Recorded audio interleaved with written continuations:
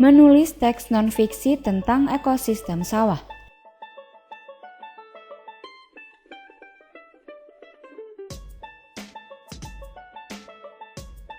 Padi berperan sebagai produsen, belalang berperan sebagai konsumen tingkat 1 yang memakan padi, katak berperan sebagai konsumen tingkat 2 yang memakan belalang, ular berperan sebagai konsumen tingkat 3 yang memakan katak, burung elang berperan sebagai konsumen tingkat 4 atau akhir yang memakan ular.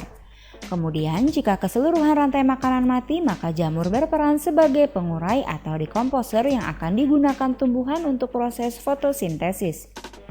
Dari proses tersebut maka akan terbentuk aliran energi. Berdasarkan ekosistem sawah tersebut, maka teks non-fiksinya adalah sebagai berikut.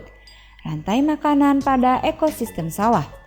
Sawah merupakan ekosistem yang menjadi habitat berbagai hewan seperti ikan, serangga, air, belalang, katak, ular, dan hewan-hewan lainnya. Sawah termasuk salah satu ekosistem buatan, sehingga keanekaragaman hayatinya juga rendah.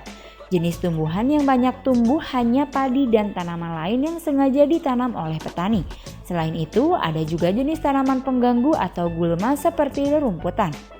Pada ekosistem sawah terbentuk rantai makanan. Rantai makanan tersebut diawali dari padi yang melakukan fotosintesis untuk membuat makanannya sendiri.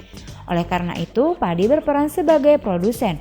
Lalu ada belalang yang berperan sebagai konsumen tingkat 1 yang memakan padi dan katak yang berperan sebagai konsumen tingkat 2 yang memakan belalang. Ular berperan sebagai konsumen tingkat 3 karena memakan katak. Dan terakhir ada burung elang yang berperan sebagai konsumen tingkat 4 atau konsumen tingkat akhir karena elang memakan ular. Selain itu, elang menjadi konsumen tingkat akhir karena tidak ada lagi hewan lain yang memakan elang. Selain berbagai tumbuhan dan hewan tersebut, masih ada jamur dan bakteri yang berperan sebagai pengurai.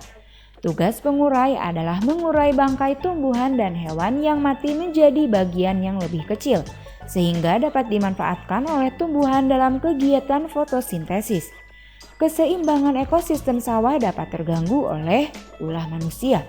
Misalnya saat manusia memburu katak yang ada di sawah untuk dijadikan santapan, maka populasi katak akan berkurang drastis. Akibatnya jumlah belalang akan meningkat pesat karena pemangsa belalang yaitu katak sudah berkurang. Hal tersebut dapat merugikan manusia karena dengan meningkatnya jumlah belalang, maka petani akan gagal panen karena daun tanaman padi akan habis dimakan belalang. Oleh karena itu, manusia harus pandai dan bijak dalam menjaga kelestarian alam agar keseimbangan ekosistem tidak terganggu dan manusia pun dapat menuai hasilnya. Jadi, itulah cara menulis teks non-fiksi tentang ekosistem sawah, di mana teks non-fiksi adalah teks yang berisi fakta.